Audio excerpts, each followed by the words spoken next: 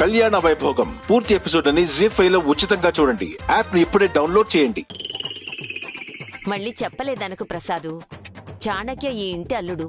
తను ఇక్కడున్నన్ని రోజులు మనం జాగ్రత్తగా చూసుకోవాలి. చాణక్య ఇంటి అల్లుడైతే మరి నేనెవరినే పనున్నా? ఆ మాట మళ్ళీ చెప్పాలా బామ్మగారు?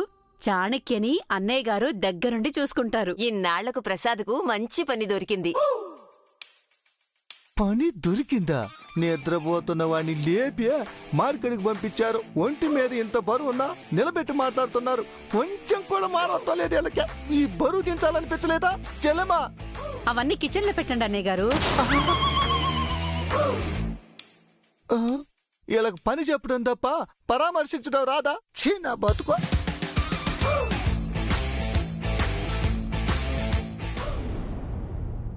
చెప్పండి అభిబాబు. ఇంటికి వెళ్ళావా?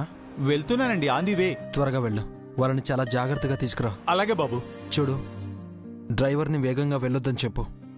నిన్నట్లా ఏ ప్రమాదం జరగకూడదు. అర్థమైంది బాబు. అందుకేగా మన వెహికల్ తీసుకెళ్తున్నాను.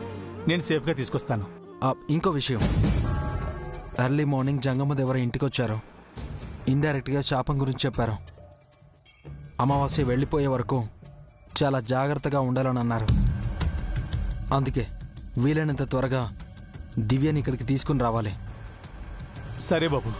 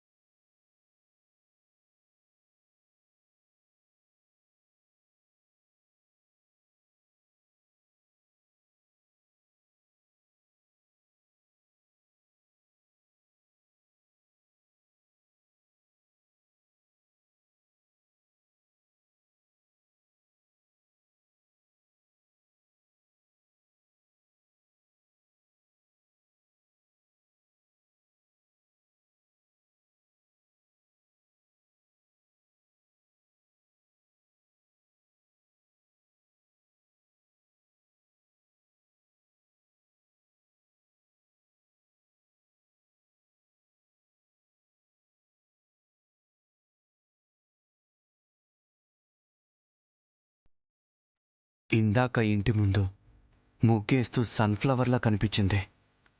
ఇప్పుడు సాంబ్రాణి వేసుకుంటూ బాపు బొమ్మలా కనిపిస్తుంది.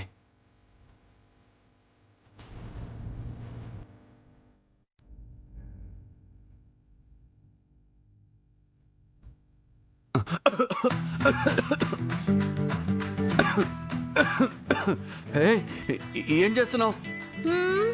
తమరేం చేస్తున్నారు నాథా? నేనేం చేశాను? మళ్ళీ నన్ను చూశారు. ఇలా బాపు బొమ్మలా ఉంటే చూడకుండా ఏం చేస్తారు? అయితే ఇందాక కూడా నన్ను చూశారన్నమాట. అవును, ఇందాక చూశాను, ఇప్పుడు చూశాను.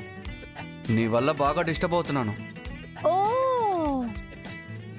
మీలో ఈ కళ కూడా ఉందా నాథా? కళ్యాణ వైభోగం పూర్తి ఎపిసోడ్ అని జీ5 లో ఉచితంగా చూడండి. యాప్ ని ఇప్పుడే డౌన్లోడ్ చేయండి.